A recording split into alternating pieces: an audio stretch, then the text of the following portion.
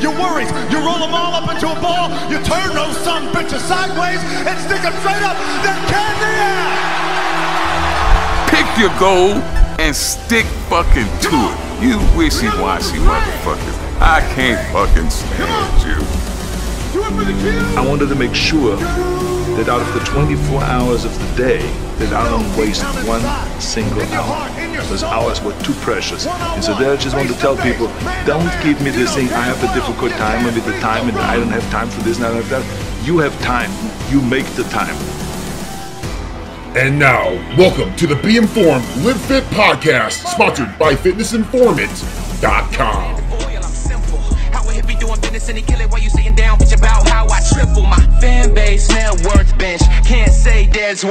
All right, everybody, what is going on? Welcome inside of the Informed Live Fit podcast. I am your host, Fitness Informant founder, CEO, Ryan Buck. I want to thank you all for tuning in. If this is your first time tuning in, we hope you enjoy the podcast today, featuring King Moby, CEO of Olympus Labs, aka Olympus Lifestyle. Moby. A lot of people in the world probably don't know who Moby is. I know Moby personally. I've met Moby several times. I consider Moby a good friend of mine here within the sports nutrition industry. But what I'm trying to do is showcase who and what they are, what they stand for, and what their brand's about for you, the people who actually purchase these products. I think it's super important for our consumer bases in the world, the supplement nutrition buyer, to relate and understand the people behind the scenes, specifically the CEOs of the company, the people who wanted to start the companies to help others live better versions of their life through better supplementation in this case. And Olympus Labs, in a word to describe the brand, they're innovative. And they've been innovative since I have known the brand. Now, they've come out and they came on the scene several years ago, more of a hardcore brand, doing more of the, I wouldn't call them pro hormones, but like muscle builders, and they had Rain and I Am Supreme, very extreme pre-workouts that people raved about and loved. And they're changing their tune a little bit here as they move into later half 2019. And today we discuss essentially, where has Olympus Labs or Olympus Lifestyle been and where are they going? Because they made a lot of noise in 2018, coming out with Superior Protein, which is one of my favorite protein powders in the history of protein powders. It tastes great. It has a solid profile that they made, and now we don't hear a lot from the brand. At least in the first half of 2019, we haven't heard a lot from Moby and the brand, but I think, and by think I mean I know, that is going to change back half here of 2019 when we venture on, right? We're already halfway through 2019, or over halfway through 2019, which is absolutely crazy. But I was in New Jersey, as some of you know, several weeks ago. I went to New Jersey, New York on an FI appreciation tour of sorts, so I stopped by Moby's house.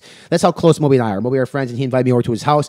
And we sat down and we recorded this podcast. And Moby and I wanted to record a podcast for a while. Moby is a very interesting guy in the fact that he's super passionate about sports nutrition. He's very innovative in his mindset. He loves to think about science and research and ingredients. He loves the digital marketing front, and he does. I think he runs a really good brand, a very good company. They have great products. I think they just need to figure out who they were as a brand. And I'm confident moving forward that they have a brand identity that they're happy with, and that I think is going to resonate with a lot of people out there. So you're going to find a lot in this podcast on basically Moby's inspirations, how and why he started Olympus Labs or Olympus Lifestyle, and really what he wants to do with this brand here in 2019 and 2020. If you enjoy the podcast and this is your first time listening, hit that subscribe button, whether it be on iTunes, Spotify, iTunes, etc. Leave us a review and help out the algorithm. It helps more people discover this podcast, as we have several hundred downloads a week on each episode, which I'm very grateful for. So thank you guys and girls very much. This week's Pumped Up segment of the week is being brought to you by Built Fast Formula's award-winning VasoBlitz Pump Igniter. Not only is VasoBlitz the winner of our 2018 Shield of Excellence Supplement Award for Best Pump Product, it is also the first nitrate formula fully disclosed with 30 servings, not scoops. When VasoBlitz is consumed daily, even on your off days, it will last you a full month. All this for only $34.99, and as a special offer to our listening audience, use coupon code INFORMANT and save 15%. I am pumped up this week about our 2019 Transformation Challenge. $10,000 in prizes and supplements and gift cards are going to be given out to the 3 top place finishers in both the male and female division. Now, last year, I was very happy with the turnout on the Transformation Challenge. As of the recording of this podcast, the challenge has started. We are on their way, and we have over 700 entrants in this year's challenge, which is unbelievably humbling. It's amazing that 700 people stepped up and said, you know what, Ryan, you know what, Fitness Informant, I want to make a change. In 8 weeks, I want to transform. And I'm telling you, if you're listening to this podcast and you're part of the transformation challenge, listen very closely. Fall in love with the progress, not this perception of perfection. I said this all the time. I think many of people who get into this competition or this challenge, they have a dream or a visual of what they want and what they should look like after 8 weeks. Listen, if you don't accomplish this perception of perfection that you have in your mind, don't worry about it. If you have any ounce of progress, you fucking won. The idea in this challenge is to motivate, to inspire, to help you make better decisions, informed decisions, to live better versions of your life through fitness and nutrition. And that is what we are about. If you join our Self-Made Barbell Brigade group over at Facebook, you're going to find a lot of motivation, a lot of inspiration. And my God, I'm taken back by the engagement. The amount of people posting their before photos. And I understand that it can be nerve-wracking. It can be hard to post those pictures. It is. It's not easy. I give everybody who posted their before picture a ton of credit because I know it's not easy. But remember this, 8 weeks. You have 8 weeks to just dedicate yourself, to commit yourself to better nutrition, to consistent fitness, and to make that progress. I've never been so pumped up about a challenge in my life. And this is humbling. Like I said, I can't thank the sponsors enough who came on board to contribute products for people, to entice more people to join this competition. Because I know at the end of the day, if we were just offering a free challenge with no prizes, we wouldn't get 700 people that made a commitment to do this. So it does entice them to make a decision, to make a commitment to join the 2019 $10,000 Transformation Challenge. And we're ready to go. And I'm part of it too. I'm going to bulk over the next 8 weeks, try to get as big as I can before the 2019 Olympia in Vegas, which is going to be amazing, by the way. We have a lot of cool stuff planned for the Olympia. No, we're not doing a booth. It's a fucking waste of money, but we'll be there representing. If you see us, say hi.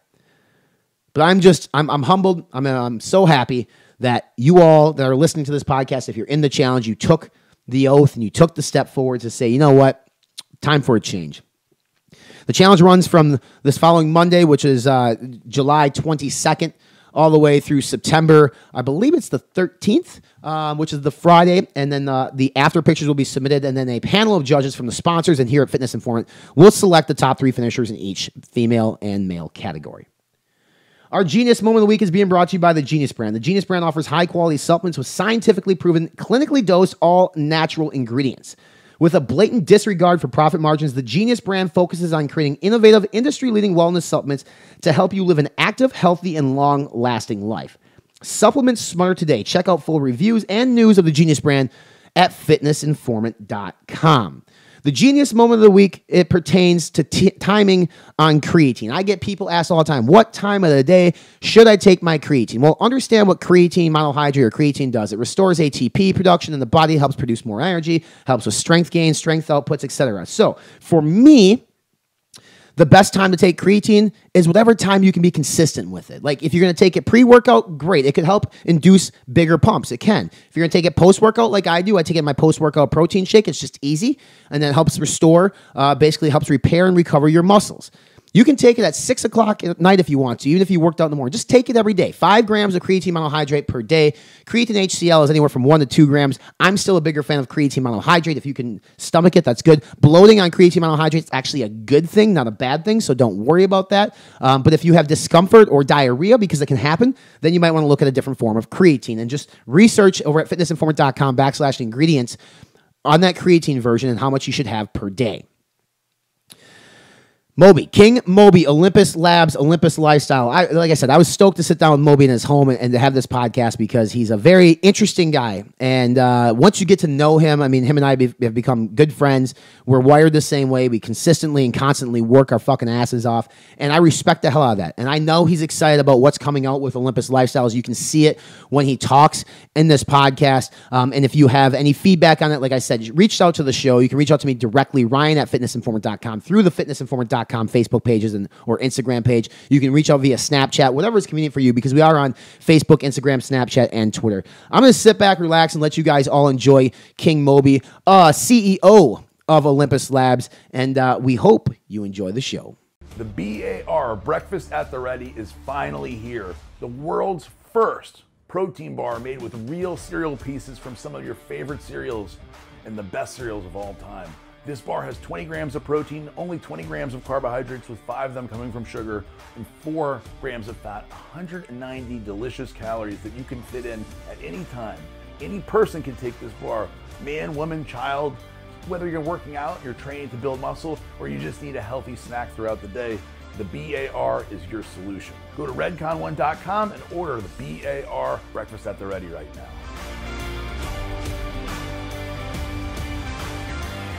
With the amount of hard work that I put in, I need a reputable brand. I absolutely love this stuff. The energy is amazing. The pumps are ridiculous. The flavor is absolutely delicious. I was blown away by the amount of energy, the muscle pump. It keeps me going throughout the day. Take your workouts to the next level. The energy was so crazy for me. Really gives me the boost I'm needing in the morning. You will train harder, you will see better pumps, you will go longer in the gym. The quality of the ingredients makes a difference. Try Rise, you're gonna love it, I guarantee it. Their products are top of the range, and I'm very proud to be a part of Team Rice.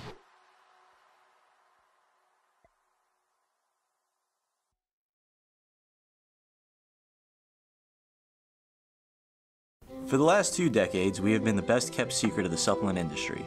We've kept our heads down and worked.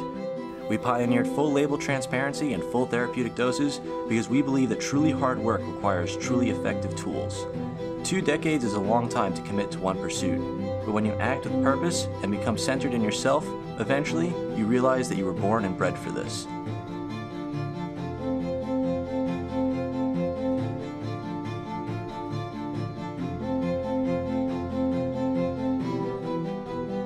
The things you once thought impossible, you now do every day. We don't like the easy way, it just doesn't feel right. We'll take the long, hard road over a shortcut any day. It takes longer, sure, but in the end, you know you earned it. And with the right team behind you, pushing yourself further than you've ever been will be just another afternoon doing what you love most.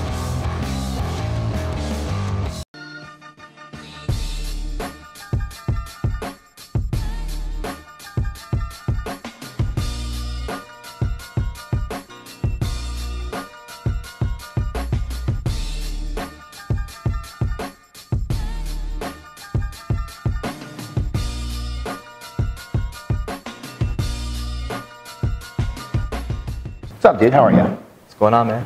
We're here with King Moby. I wanted to say that for the longest time on this podcast of Olympus Labs, which you can correct me if I'm missaying it, but it's Olympus Labs, King Moby. A lot of people don't necessarily see the faces behind the brand. Here's an opportunity for you to come on and tell your story, which I think is a fascinating one. So for the next 45 minutes, those watching on YouTube or listening via iTunes or Spotify or wherever are going to understand a little bit more about you as a person, not necessarily 100% beyond the brand and like not. I don't want to focus on Olympus the entire time because I think your story is super inspiring for people that are listening to this podcast or watching as well, and we'll obviously touch on the brand. So, fitness, supplements, why?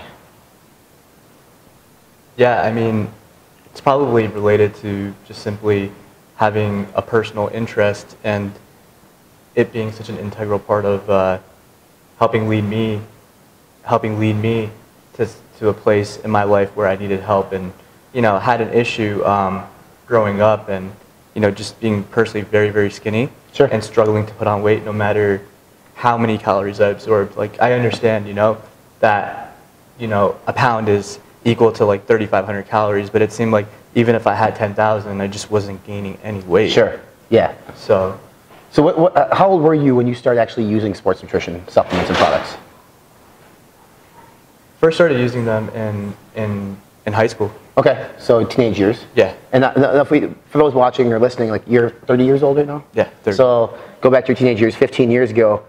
Imagine what was on the market 15 years ago. Right? Do you remember some of the first products that you used? Yeah, absolutely. What were they? I think the first pre-workout I ever had was BSN No Explode. Which, I mean, was literally the first pre-workout that I think anybody in the world took. It was, They created the category of pre-workouts. Yeah. Oh, yeah. Fast forward now, you guys have a phenomenal one. But obtaining a pre-workout 15 years ago wasn't as simple as it was today. You can't just go to Amazon, bodybuilding, OlympusLabs.com. You had to go to an actual physical retail store to purchase it. So what options did you have in your teenage years to actually go out and do this? Honestly, like when I first started lifting, I had never even had a coffee in my life, you know, and let alone heard about a pre-workout. Sure. You know, and I guess I first learned about supplements through an acquaintance in the gym. Actually, he saw that I was grinding in the gym, doing chest like 5 days a week, overtraining in a sense, but not making any progress. Developed a personal relationship, and he helped guided me and told me about this local nutrition store. Okay. And from there, picked up a few marketing materials, and even at that point didn't understand the function of a pre-workout or what it was. All I knew at that point is that I had a goal, and whatever it took to get there, apart from doing the hard work and eating, which I would be down to do it. And give and take, at that point, since 14, I had 2 jobs. In high school, I was working at King's Supermarket and, working aftercare with underprivileged children and mentoring them. And so I had my own means to my own income. And at that point, I didn't really have a point in saving. So whatever the budget was, whatever I had to do, I was open to do it as long as it was healthy and not, and safe. And so went there, looked at the catalog. Person instructed me that, protein, pre-workout, staple sort of supplements were the best to begin with. Right. And then as I started, getting myself immersed into it, I saw that there was a big social group of kids at my high school also in the same interest group. I come from one of the high schools that has, I would say, some of the most, you would go to high school and then after school activity would be to meet each other at the gym. Okay. And so like. So that was your extracurricular? Unorganized, not by the school, but just by a friendship group? Oh yeah, that was because of, no, we all went there like on our own, but it was because we had a shared interest. And honestly, I would be in like economics class or computer classes, and I would see kids on, websites like bulknutrition.com. I went through my fair share of trying products by marketing claims and branding claims. And to be honest, as I started, as I started transitioning through just hearing about products and taking them based off of recommendation, I started, to use the internet more in terms of learning about, the benefits, like not truly like just based off of marketing copy, but based off of like why. And I found, great joy in doing that, and, having an interest in something, whether it be like, having ADHD or whatever, but when you're interested in something, you get so dialed in. And unfortunately, when you're not, you dial out. But I was interested, and so I would learn, and I began to see, certain patterns. There was a product, not even for any competitive purpose at the time. It was called Nano Vapor, and Nano Vapor, was marketed as a post-workout and the holy grail of like supplements. Like all other muscle tech supplements were. 8 pounds of mustle, right? Like who doesn't want that? Yeah, like. When you read 8 pounds of muscle, I was like, damn, I want that, right? They still make that claim today. So, but when you would go look at the back and it'd be like, a 5 gram, prop blend with 1 million ingredients listed with that infinity symbol next to them, I began to figure out that, look, something is up here. Sure. I started, it started hitting me all at once that these ultra concentrates and the marketing of such were starting to contradict what science acclimated towards, right? Like it was more about if you need 3 grams of beta alanine, then how could you have a 2 gram pre-workout with beta alanine in it and receive the full benefit? Another thing I started noticing is that why was there creatine in my pre-workout? If I'm not taking pre-workout every day, then why is creatine even in here? Joe Donnelly would tell you you're full of shit right now for not having creatine in your pre-workout, but we don't listen to Joe. Yeah. I would take rather take creatine in my staple supplement. Because I want to have freedom of choice with my pre-workout. I want to be able to take it or not take it. And another thing is I want to know the doses as well. So my personal preferences led me to first the basic understanding that, hey, look, I'm starting to get a level of understanding, and as I'm visiting the store, I'm starting to volunteer and aid customers who have questions and answer them better than sales staff. So, here's a 18-year-old me going up to my dad, who's a salary man, and being like, why don't we franchise, one of these stores? Like, because this store was very popular in our high school. People were wearing the T-shirts. It was branded well. And at the time, it had a lot of franchises. And so, my dad was hesitant at first, but, eventually, we put down the funds and opened up our physical location without a real business plan.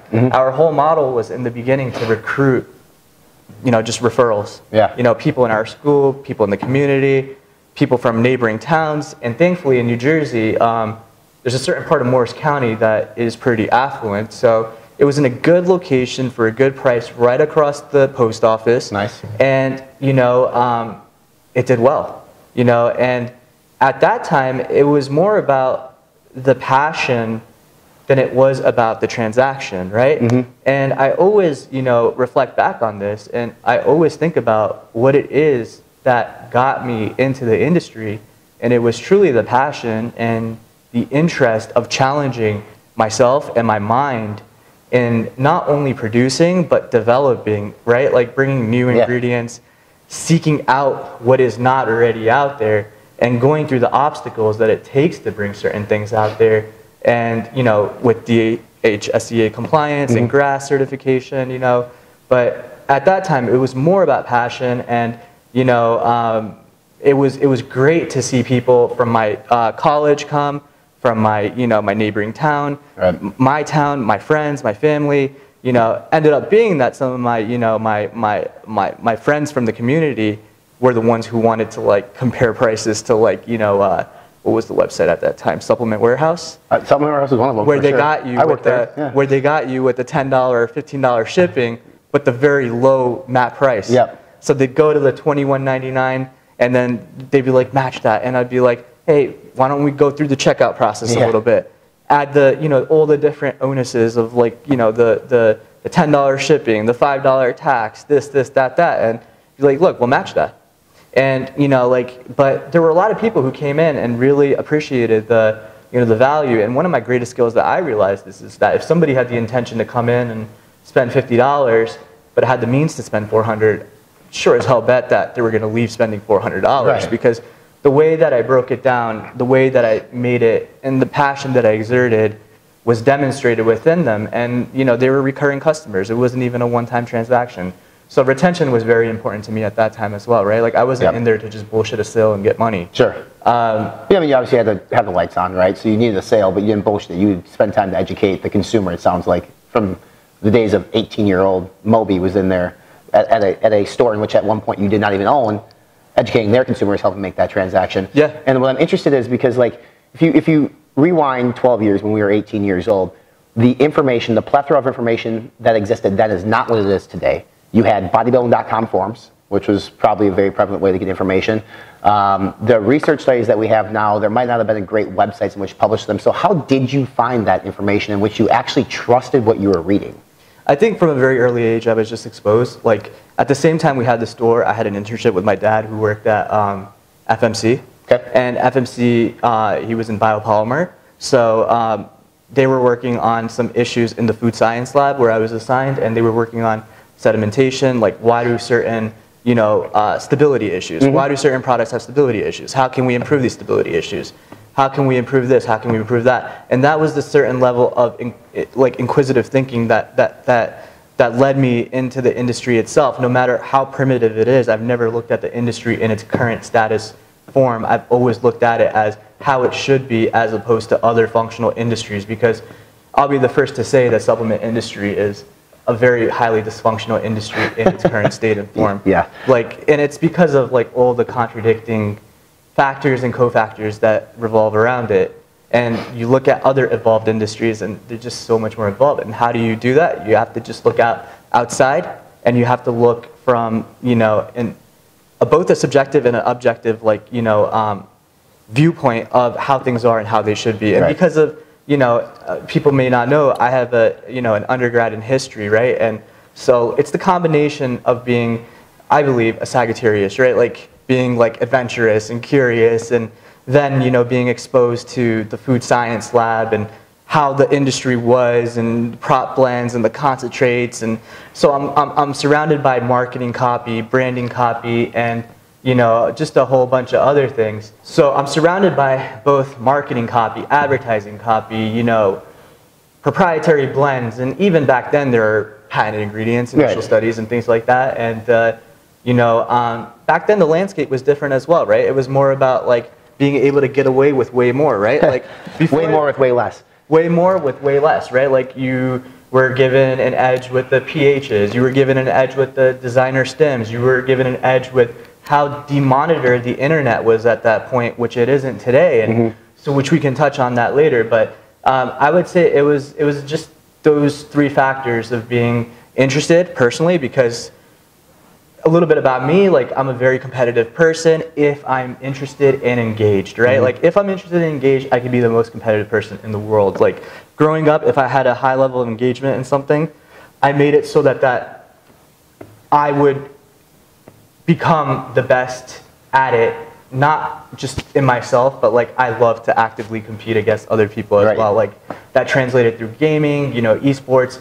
It translated through my positioning of how I am operating at a personal level. Like I won't release something preemptively. Like if it means like making money for that day's end, I'll work like 5 years without any pennies to make sure that I articulate what I believe is the correct or best version of what there could be. I want to build that depth before I go into the presentation, because I think the presentation is what leaves the impression, and it doesn't give you that discovery period to identify flaws. So I mean that was just my mentality even then. Is yes, there are issues, but it was more about like motivation in what I can do with these. And you know, I was kind of like a pilgrim, and I was like, I need to go back to the, you know, kind of like the motherland of all this. And to me, it was like, you know, the combination of learning Chinese and going to China to see where do these ingredients come from, all these ingredients, right? Like not just our ingredients, but 100% of the companies out there confidently, I can say, use at least one Chinese source raw material ingredient, right? Like that's where it makes sense to produce. So I wanted to go there, understand supply chain, understand integration, vertical integration, and understand the different levels of business operations before I would even think of doing anything on my own. So, I mean, just tying it all back to, you know, how we were up and running. I mean, it was great, right? Like, you know, brick and mortar was the model of choice back then, right? Like even Cellucor was still in brick and mortar back then. They hadn't even reached out to bodybuilding.com at that point yet. But then like in the tenure of our brick and mortar store, which was about 2 or 3 years later, they reached out to bodybuilding, and it was kind of like that first brand to be so disruptive sort of thing that they scale their brand through brick and mortar and then go online. Physical footprint to digital footprint, right? Like they were the first ones to actually pioneer it. You have a lot of brands nowadays, you know, that are doing physical footprint to digital footprint, but they're not being clear about their intentions. They do it subtly, like they do it on broken promises, empty handshakes, you know, and they're just like, yeah, we're in it for this for you, but once the brand has scaled, they bring it online, and then the physical is in a position to be forced to carry that brand because they've already like implemented it into the customer's DNA. So, I mean, transparency was always key for us, and being exposed to e-commerce and the power of e-commerce, and having my level of familiarity with e-commerce even before starting all of this, you know, having my first website when I was 12, I was ready for it. You know, I think life has kind of like positioned me in a way innately to kind of be blessed to be surrounded by the e-com side, the passion side, the interest side, and then obviously like going on my journey to China and then coming back with that motivation to really start OL and understanding. So you had brick and mortar. You guys had one location, did well. You started selling online via e-commerce platforms or e-commerce channels as well. When did you get tired of selling other people's supplements and say, listen, it's time for me to do my own thing?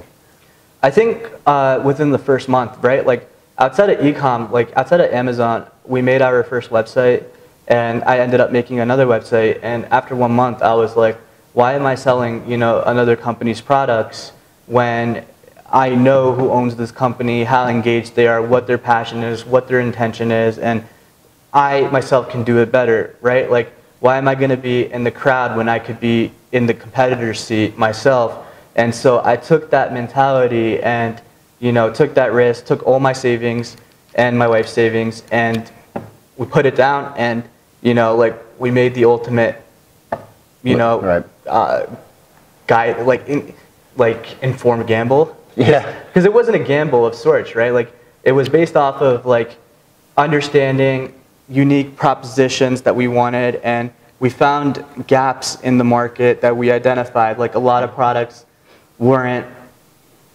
advertised properly or formulated properly, to the sense that, like, you know, a lot of them were supplying 20 days when somebody needed 30 days of a product, or they needed a certain dose of this ingredient, and they were forced to, like, be in a position where brand just didn't care because it would disrupt their global supply chain model. And, you know, like, people need to understand that if there's new science that comes out about a new dose of, you know, ingredient A, the normal company is not going to change their dose, because that means they need to change their NPN process for Canada, they need to change their product registration process globally, and then worry about their stock. But we were a small company, so we were always able to take emerging science, integrate it into products, find ways to clinically dose it. Thank God, you know, like, at that time there was a spokesperson for it in Chip Stampani, and, you know, there were people doing it all along. But it was never articulated as being important or positioned as being important. It was always as, like, oh, clinical doses, well, that's not better branding than ultra concentrate, right? Like,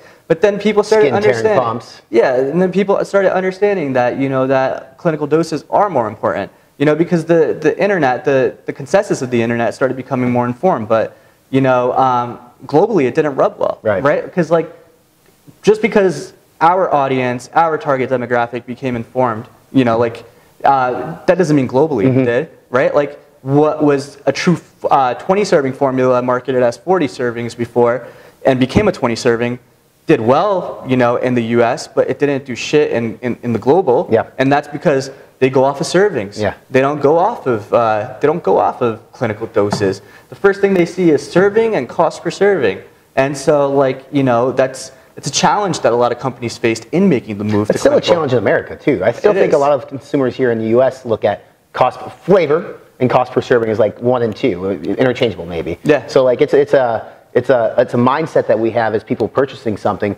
And what I like about OL is you guys have always, when asked about, if we ask other influencers in the space, say like Stacked or Price Plow or whoever, about what comes to mind when you think of Olympus Labs, the first word that everybody always says is you guys are innovative.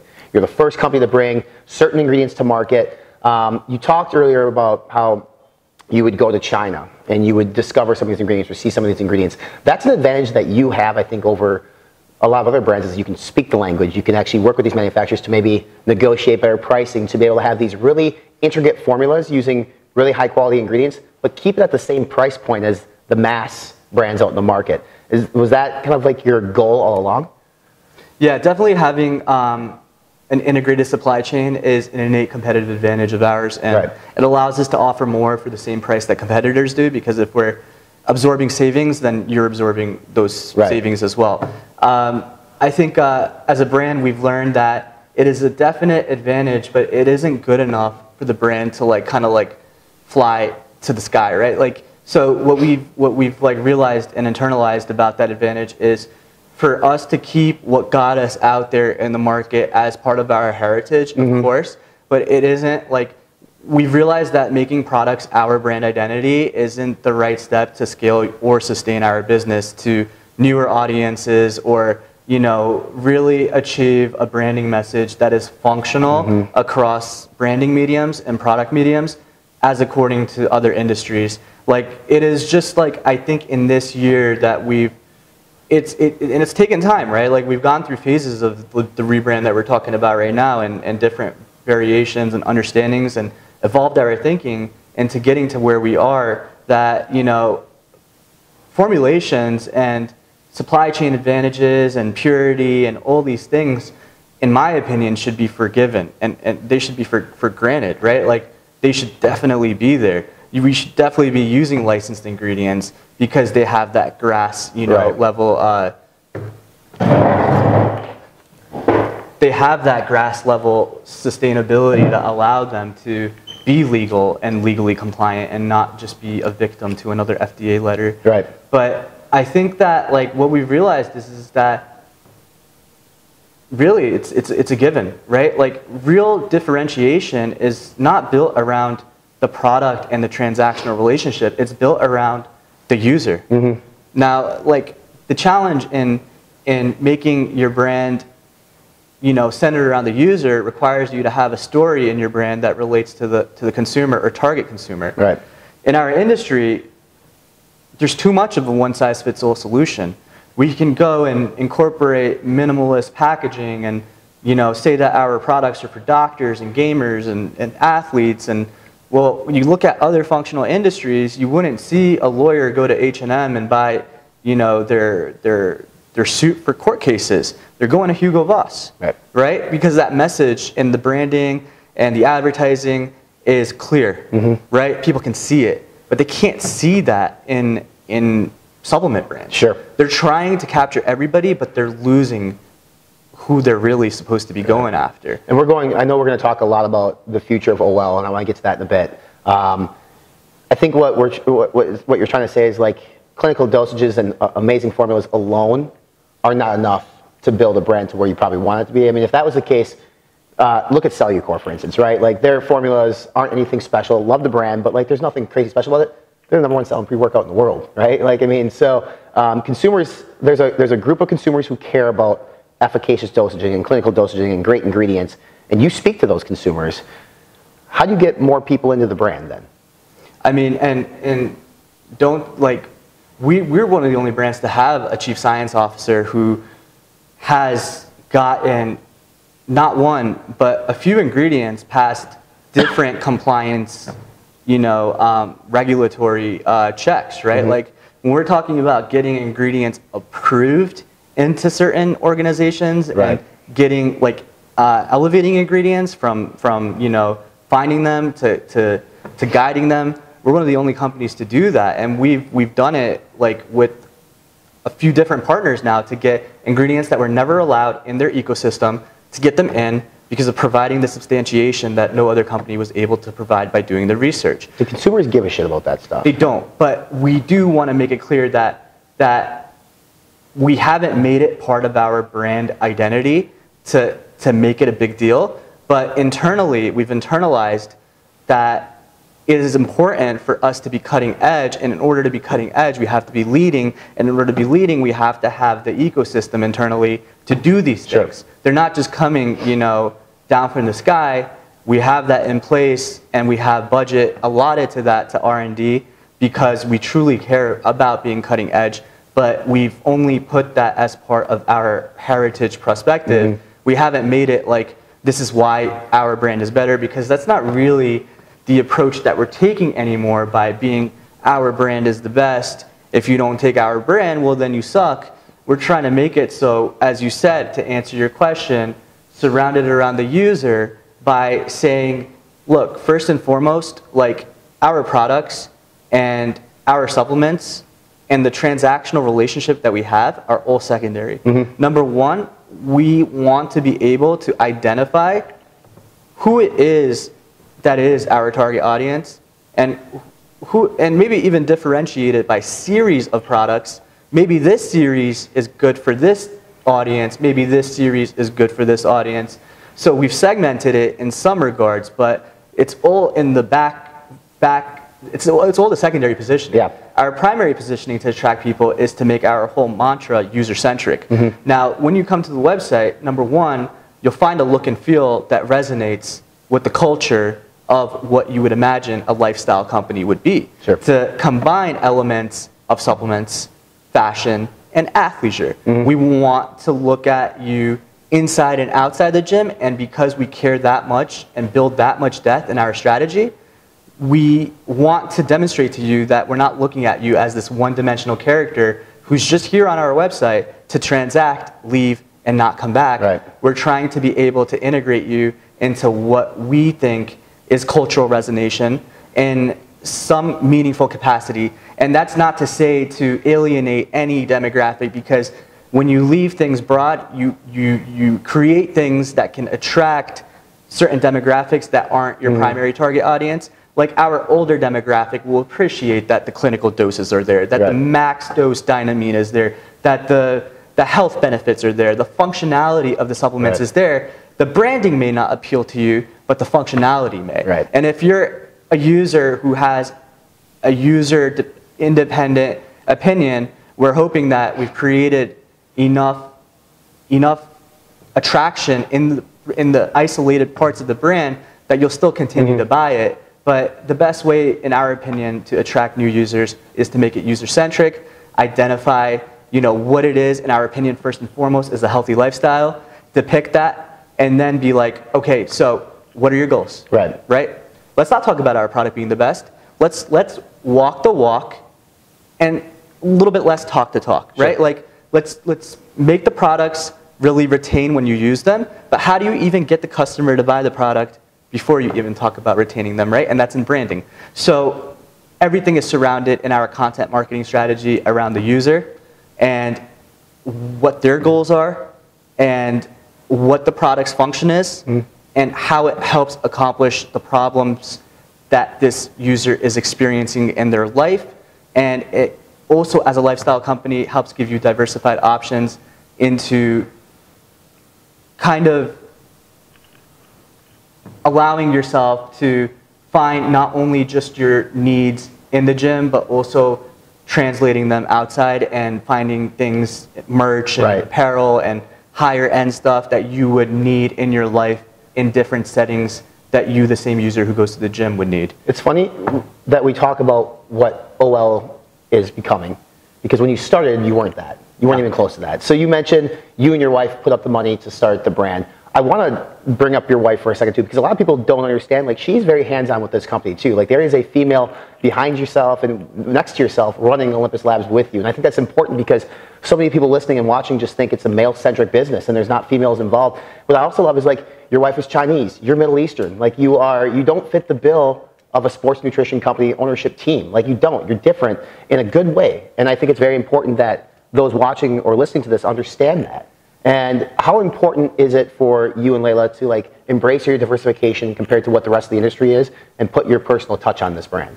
Yeah, I mean, and not just only us, the team is consisted of professionals and people who have interest in fitness in the gym. And, honestly, it just goes back to when the brand was created, it was based off of value propositions that I thought were important. So honestly, OL was, in the beginning, created off of personal needs. Right. Personal needs of that grassroots environment, ecosystem that I saw was the major opinion, right? Like, there's ways to articulate what that opinion is. Start with that in any sort of grassroots level business. Take the voice that isn't being heard, implement it, market it, advertise it, and make it the voice of the common consumer, right? Like, that's how you rally. And so that thinking over time, because I became an informed and educated consumer and business owner myself, it became more about the totality of the ecosystem that buys supplements, whether they go to the gym or not. Right. Like, a lot of people don't understand. People use pre-workout when studying, but it's marketed as a pre-workout. Right? Like, I was using a pre-workout in college, right? Like, to study or do exams and stuff like that. So we want to first, identify that a lot of OL has gone based off of my evolution of fitness and, my interpretation of what clinical formulas, and that being the most important thing about a brand to, like, what else is appealable, right? Like, and making my propositions more about the heritage of the company and being important to the foundation, but really creating something that has way more depth beyond the product. Having a brand meaningful story, having a story that resonates with this audience, right? This is a digital era. This audience is highly engaged. They want to know the brand. They want to know the owner. They want to know everything. So we've really made it about every consumer, really, no matter if they're into going to the gym, fitness, into cognitive enhancement. We want to get rid of that stigma that supplements equate to, bodybuilding, and bodybuilding is steroids.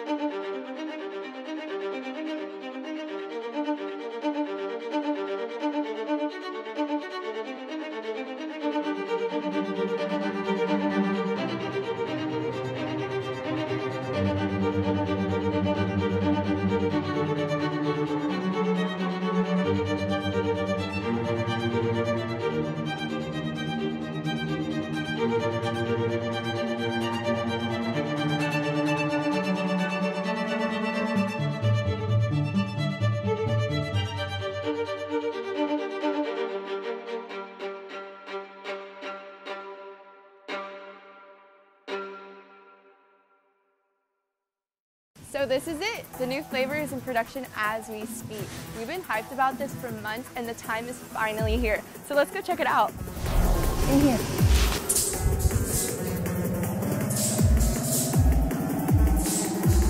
This is it. Galaxy Burst. This flavor has a burst of candy with a hint of tart, leaving your taste buds begging for more. It's fruity and creamy, yet sweet and tangy. After months of testing and formulation, this galactic flavor is sure to take over the galaxy. Now let's give it a try. So good. Hey, what are you doing? Oh, time to go.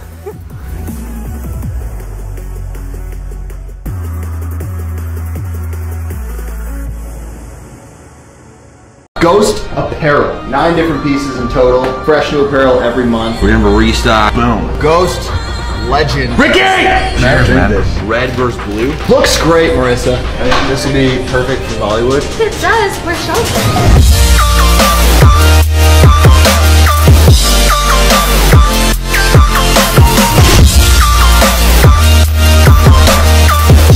Because when Olympus Labs started, you were a hardcore brand. Oh yeah. I mean, you're a hardcore brand strictly for gym goers, strictly for bodybuilders. You were in, hardcore pre-workouts, andros, all legal, 100% legal, but that's the avenue that you started off with. Olympus Labs, like the name even resonated with it. And I look at what your brand has done over the years and where you're going with it, and it's almost like a child matures into a young man or an adult from what you're doing with it, because you're also a brand that used, at the time, they're all legal compliant ingredients, but now they're on the dietary advisory supplement list, but you knew that was coming. And as you formulate now and you're looking forward to 2019, 2020, it looks like you're using ingredients, which I won't give away, that probably are never going to end up on this list. Like you're becoming more of a functional health, sort of like you're talking about, health first company versus like hardcore gym going. Yeah. Where did that click in your mind? Like at what point did you mature as a formulator and as a brand to make that decision to change your... I think the analogy that I'll give it is that when you're a child and you're a superstar prodigy, and then you either end up not meeting those expectations or you end up superseding those expectations. Or another analogy, like you're #1 prospect coming out of college, right? And then, people are like, is he going to be a bust or is he going to be, like how they're talking about Zion, right? Like, is he the next LeBron or is he the next Kwame Brown? Right? So I think it was at the point of where the company was in its origin, right? Like of being more hardcore but legal.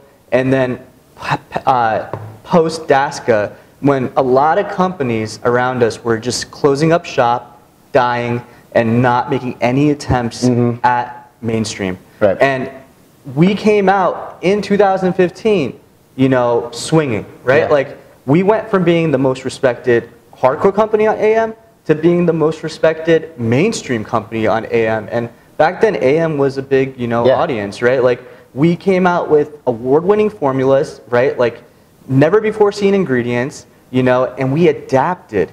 We have always thought that if the playing field was even in this industry, there is no doubt on the formulation side, we would articulate ourselves. We would articulate our way to get to the front of the pack. But before, whether it be resources or it be really deep level of realization, we were still under the impression that our formulas would end up being our trump card and enabling us to really capture that bigger piece of the pizza pie, but it just didn't come. And when it doesn't come, when you're still accepted by the same demographic, but you still don't grow, because hardcore is niche, right? Yeah, very and much niche so. is much smaller, a lot right? of money. A lot of money in hardcore, for sure. And mainstream is also, like, if you're capturing that hardcore audience who also buys mainstream products, so you're capturing mainstream hardcore niche, and you're capturing a little bit of more mainstream, but you're not capturing mainstream, you really have to start wondering why. If it isn't your formulas, then what is it, right? And so that is the realization that we made throughout these years as we look at our numbers, we look at our plateau, and we realize that there's a certain level of assumptive thinking that goes along the process of brand building that, hey, internally, like we understand why we're doing this, right? Like our animated story labels all told the story, right? Like every single one of those was hand drawn, it told a story, but at the end of the day, like it was just too much to comprehend.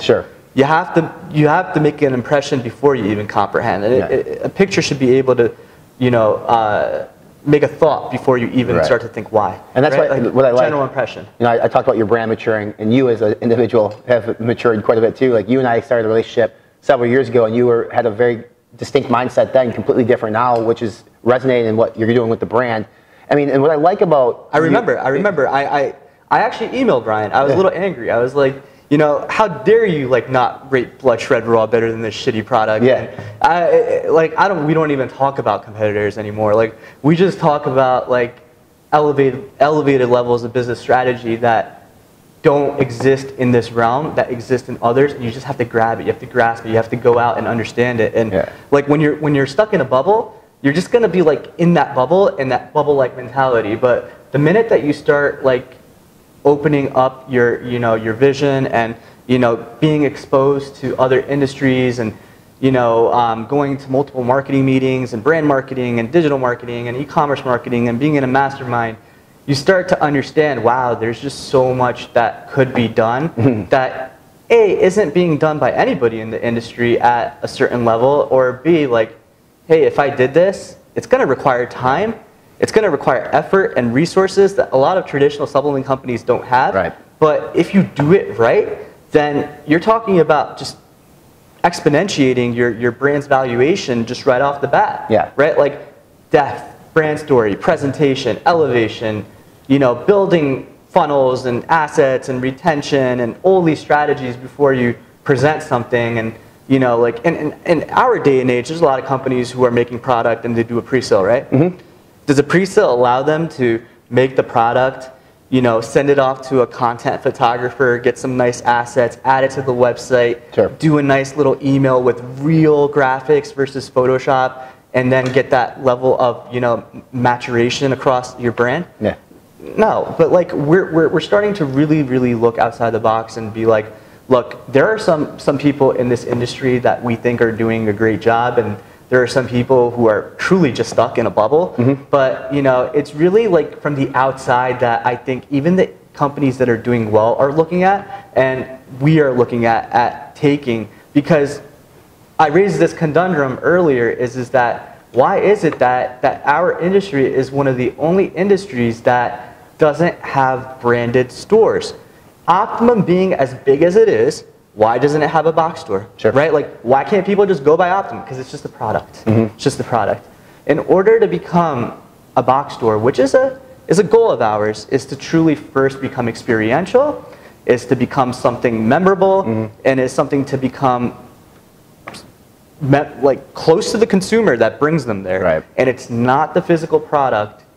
There is something else in that recipe that other companies have done digitally in other industries. Yeah. Untuck It, for example. Untuck It, Warby Parker. I mean, there's plenty of different brands you could talk about. Plenty. And we want to truly be that brand that brings people to the stores, whether it be for the culture, the music, the product, the apparel, the athleisure, the combination.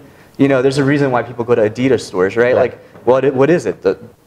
It's something, right? It's the experience, it's the product, it's everything. It's what it makes you feel. Yeah. Right. What is Optimum going to do? Play like, gym music or like really like, so in our industry, what we have imminent to us. There you go. What we have imminent to us is only poor, most of the time. There are some great ones. Supply chain solutions, right? Like if you're an H&M, right? Like you have your website and you have your branded stores. You can't be found at Macy's. Sure. If you're another luxury brand, let's say Louis Vuitton is found at some Macy's.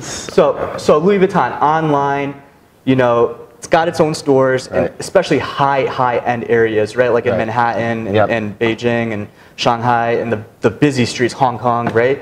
And that's to like imprint that the prices you're paying on our brand is because we're on the street, and you know the rent here. Yeah. It's expensive. Yeah. That's why you're paying this much.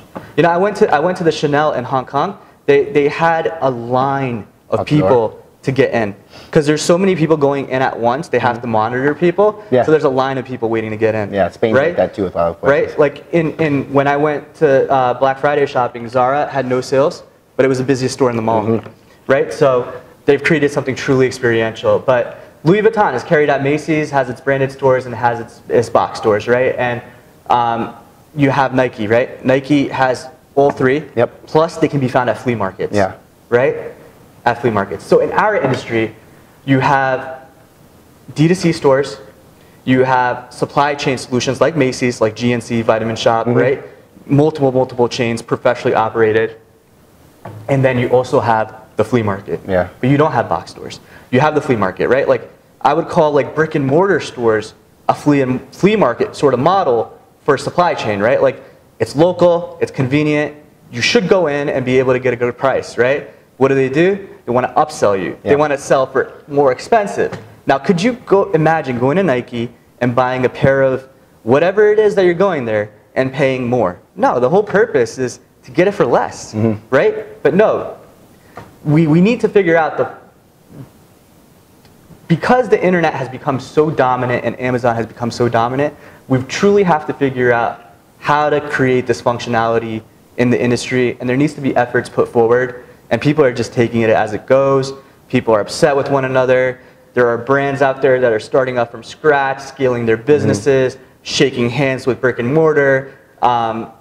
Brands are sending in traffic to these stores like BSN, Optimum, being converted for brick and mortar exclusive brands that later go on to go online as well anyways. Right. But like, you know, there are just so many different supply chain issues that we want to just be like, look, there are so many issues. It's not our job to fix that. What we're going to do is focus on us, focus on, you know, creating a really strong brand and brand identity, and, you know, figuring out strategic partnerships that align with us, and just focusing on acclimating our brand to the point where it can become experiential enough, create such a large digital footprint where we can start looking at our data and being like, this would be a great location to open up our first box event, box store. Sure. Doing brand partnerships, you know, that meet the cultural standards of our branding, right? Like, there are so many industries in influencing that aren't touched, and fitness is so saturated now. Like, everybody's following fitness, and, you know, that's not a good way to market anymore.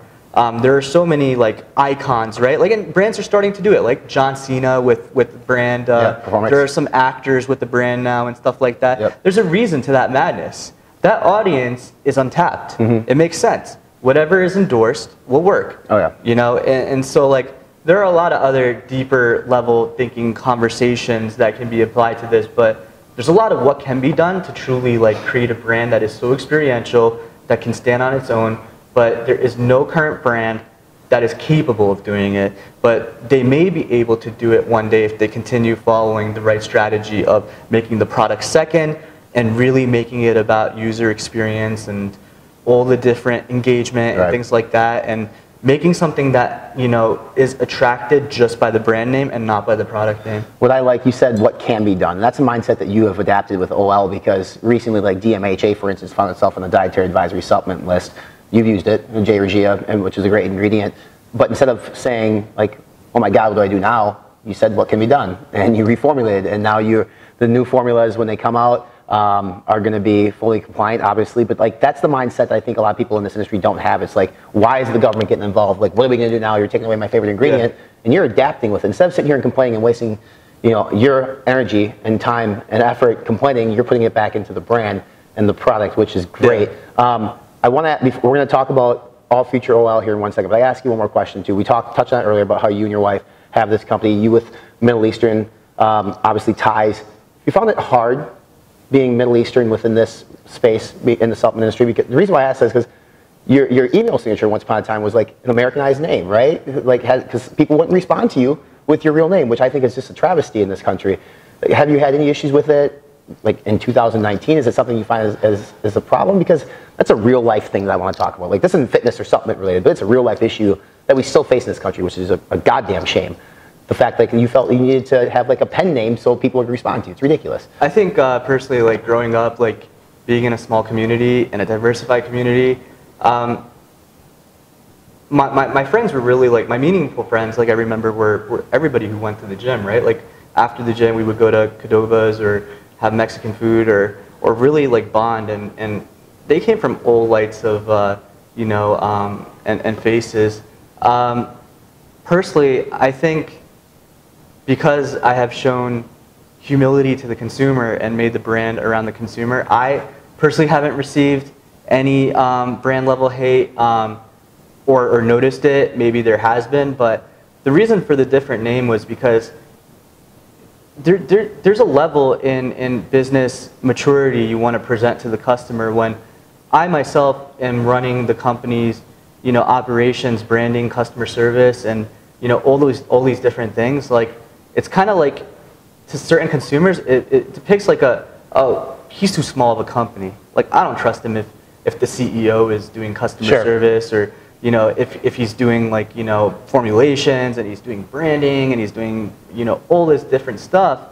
And, you know, I think it just plays to that high level of entrepreneurial spirit that a lot of us, you know, I would say in the 2013, 14 age have had to play, right? Like, if you talk to some of the brand owners that have bros since that time, they at all one point handled all levels of operations, customer service.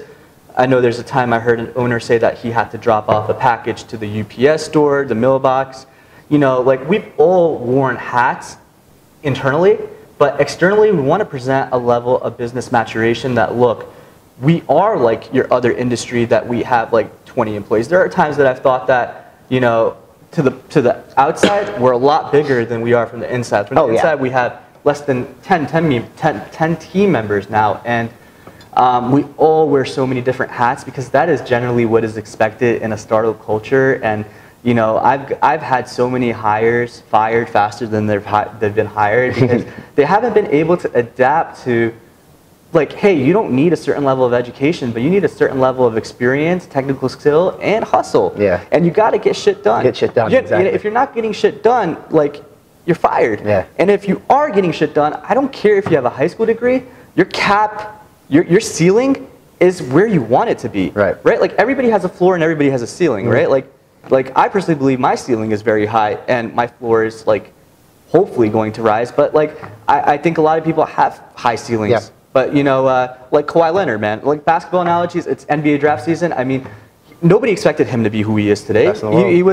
He was, you know, not a prospected person out of the draft, right? Like, same thing with Klay Thompson, you know, like, a lot of basketball players are ignored. A lot of people on paper, they end up becoming busts. Yeah. And so, like, I think, like, it was more out of humility for having to wear so many different hats. But look, outside of the fitness community, when like, personally speaking, when 9/11 happened, you know, I received a ton of hate. You know, from people. And you're not far from New York City. Yeah. Like, where we're at right now. So. Yeah. Like, I was riding on a scooter one day, and somebody just yells at me to go back to my own country, and I'm just like, but I was born here. Right. You know, like, I'm a bro. This is your country. Yeah. Like, growing up, I was in a fraternity. You know, I was socially acclimated. I would say, you know, I was as, like, you know, integrated into American society, born here and stuff like that. I never really personally felt that, hey, I'm Middle Eastern, but I also grew up in a community that had a lot of people from my background whose parents immigrated to this town, and there was a bubble-like mentality even there. So what you have to realize is that, like, as an American, sometimes, like, there's a bubble, like, even within your own background generation and the outside. And me being as thick-headed as I am, and me being, like, as, you know, self-absorbed, and, like, you know, naturally surrounding myself around hobbies that involve, like, me time, like the gym or building a business. I did these things, like, in my lab, right? Like, in my mind, like, not like, yeah, I'm a social person. Like, I love to go out and have a break, and I love to feed off of other people's energies. But when it comes to, like, other people's opinions, like, not to, like, sound arrogant, but, like, it's like, you know, there's not a lot of people who have accomplished what I've accomplished in the time I have. And, you know, like, it takes a certain level of achievement for somebody to really, like, make an impression on me. Let's talk Olympus Labs here as we finish up the podcast. A lot of noise in 2019 in terms of, like, what's going on with the brand, where are they at? Haven't heard much. There's a buy one, get one free on the protein, blood shreds coming off the website. Like, we've talked about, you know, we released a label and design for a new look. I believe it was Levels was the one we released back in, maybe it was February, March. Yeah, I think it was the, you know, as recently as that's the Arnold. Yeah, and recently in June, you guys were the main sponsor at a electronic dance music festival in Queens here in New York. It wasn't Olympus Labs, it said Olympus Lifestyle. What's going on, Moby? What's going on with the brand? People want to know. Yeah, so first and foremost, with Labs and product formulation, as Ryan was saying earlier, we've internally and externally made the decision that, like, going forward, we're only either using branded ingredients, licensed ingredients, or patented ingredients that have GRAS and DHSEA substantiation. And just for those listening, GRAS is like generally regarded as safe, it's good stuff, and then the second part is it's just like regulation, making sure that this stuff is going to be compliant. And we're going to the limits of participating in BSCG's banned substance testing group. Yep. And to certify that our products are all banned substance free, making them applicable to be used by athletes or any drug tested, you know, personnel. So meaning like products crafted for everyone. Sure. So there's no question like, I am a drug tested athlete, can I take this? Yes, because the seal will be on there at launch. Right. And so, I mean, this was a decision that was easy to make because we've been in the game for a while. We've realized that no matter what you do, if the plateau isn't changing, it's not what you're doing that is the issue, it's what you're not doing. And I think looking at like other brands just spring forward with not having these acute advantages of like ingredients and formulas, we've realized, you know, like we'd be dumb not to realize that it's not about the formula. Formula is like secondary as long as it's, you know, good and like actually like superior. That's a great advantage to have as a brand that I always like to have. Like I always want to have the strongest hand going into anything. Right. But it's the way you show the hand, right? Like it's the way you preserve your hand. It's the way you show it. It's the way you win. And so while it is a tool, it is not the means to the end. And the means for us is creating a functional brand story catered to our target audience of millennials and Generation Z. So 18 to almost 40 years old is the technical definition of a millennial. And we think that if we cultivate our identity around the culture of these people, you know, through music, through interest, through cross-channeled audiences and interests, and, you know, depict a healthy lifestyle, a uniform lifestyle, because, you know, there are a lot of like things in lifestyle that need to be addressed, right? Like when you go to the gym, you're surrounded by healthy lifestyle choices, and you listen to music. When you go to listen to music at a club, you're surrounded by alcohol, which is a downer, which is a contradiction of what you're trying to do.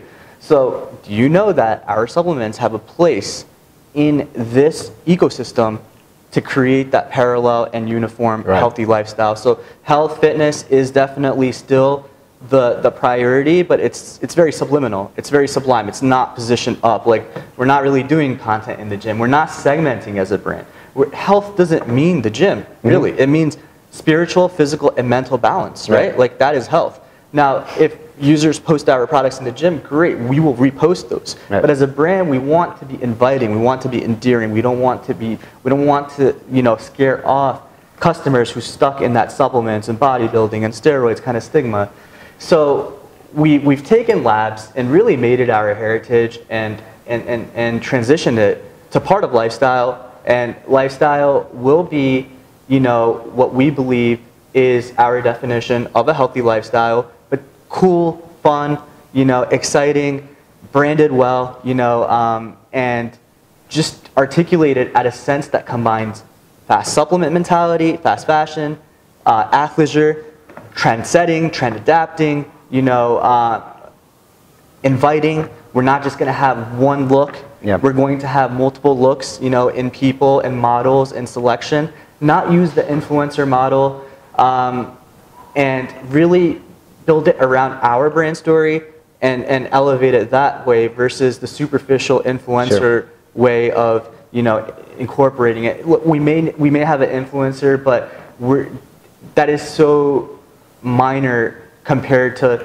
that is because we think that they align with what we've set out, but they're not doing anything for us in material value. So lifestyle is really, is very in depth. It has a lot of substance, relation, resonation, and very exciting, you know, and what we're doing on the product side, on the branding side, on the apparel side. So when can we expect Olympus Lifestyle to come to life? Like, is it still going to be in 2019? Yeah, so we're expecting brand to launch the look, the feel, the products in some capacity and form during the Olympia of this year.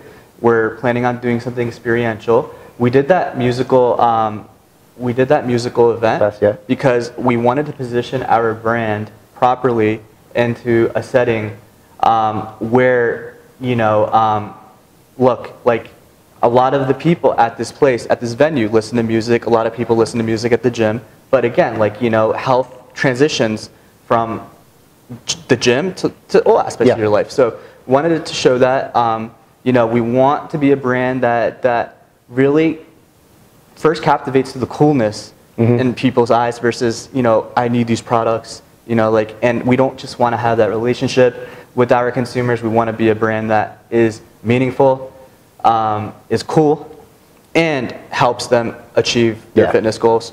All I know is I've seen some stuff today I can't talk about. It's really cool. I'm looking forward to everything you guys are going to do here later this year. I think it's a massive step in the right direction for this brand, for the industry. So you've done some really cool stuff. I think people are going to be surprised when they see it, but in a very good way. So congratulations, first and foremost. And we're stoked for it to come out. It looks way different than what's out in the market right now. I mean, people, I mean, even like the stuff we posted back in March or whatever, people are like, wait, what's going on here? So it's going to blow some of your guys' minds on some of the stuff they're doing, which is really cool. So, dude, it's good to get to chat with you, and hopefully people listening, watching get to know who King Moby is a little bit more. Yeah, he rolls his eyes now. See, the King Moby thing, are we going to retire the King Moby jersey? I don't know, man. You know. Might become, you could be the king of the palace here soon again. Yeah. Kings rule forever, right? That's right. Yeah, so. Appreciate it, buddy. Take it easy. Yeah. All right, guys, that was Moby, CEO of Olympus Labs, Olympus Lifestyles. I love these podcasts because really it gives you an opportunity to hear the story behind the brands. And something like a brand like Olympus Labs, where their tagline is, "What's your story?" Here's Moby's story. Here's the story of Olympus Labs, Olympus Lifestyle. So really, really hope that you got some perspective on who Moby is and what he represents and his vision for this brand moving forward, because I know a lot of people listening to this podcast are fans of the brand, as you should be. They have great formulas, great effective products. We've reviewed so many of them over at F5. And I'm proud to call him a friend. I'm proud I'm associated with the brand. I'm proud that we work with the brand here at Fitness Informant, and very excited to see what they have coming out here in back half 2019 and what they're going to bring to market for all of you, because it's going to be exciting stuff. There's a lot of exciting stuff that happens this time of year with the Olympia in September. Brands like to push out new launches around that. Same with the Arnold in March. We saw a lot of stuff in March that came to market. But the Olympia is another time because it's in Vegas. They like to celebrate. It's going to be an epic time. And I fully imagine that we see something from Olympus Lifestyles right around the Olympia time, which is going to be September 12th through the 15th is when we're going to be down there. So if you liked what you heard, hit that subscribe button. Write us a review. Helps out the algorithm for the podcast. Make sure you subscribe to our social media channels. We're on Facebook, Instagram, Snapchat, and Twitter. Next week, we have Greg Helton, Chief Marketing Officer over at Muscle Sport. He handles several brands. He handles several duties. He's a good dude, good friend of mine. While I was in Jersey / Long Island for Greg anyway, at Muscle Sport, we hit up Bev's Powerhouse Gym there. I hit it up twice. He hit it up once. We crushed shoulders. Good dude. It's fun to get out and see these people. I'll be going back to New York a couple times this year, man. It's going to be a busy travel year for me in Fitness Informant, but that's what we're trying to do. We're trying to bring you the behind-the-scenes stuff, the behind-the-scenes shit that you don't see and hear on every podcast or YouTube series. So Greg Helton, you may not even heard the name before, and that's fine. He's very active in our Self-Made Barbell Brigade group. He's very active on social media, but it'll give you an opportunity to understand what he looks at from a marketing perspective when it comes to supplements, because we've all purchased a supplement based on some kind of marketing material before. We have. Me, my first one was Mike the Situation, baby, from Jersey Shore. You're damn right. It was an NL booster, and I bought that sumbitch. I was fucking, I don't know, like 22 years old and an idiot. But now I know better. I can look through the marketing, but it's interesting to sit down with another fellow marketer like Greg and discuss with him, like, how do you promote a product within this industry without deceiving the consumer? And we talk about all that next week. So again, thank you all for tuning in. We appreciate your support. If you're part of the Transformation Challenge, time to buckle up and get ready to go. 8 weeks, baby. 8 weeks is all you need, and it's all we're going to have. And after 8 weeks, we're going to find out what the best transformations are. But again, fall in love with the progress, not this perception of perfection. And let's fucking go.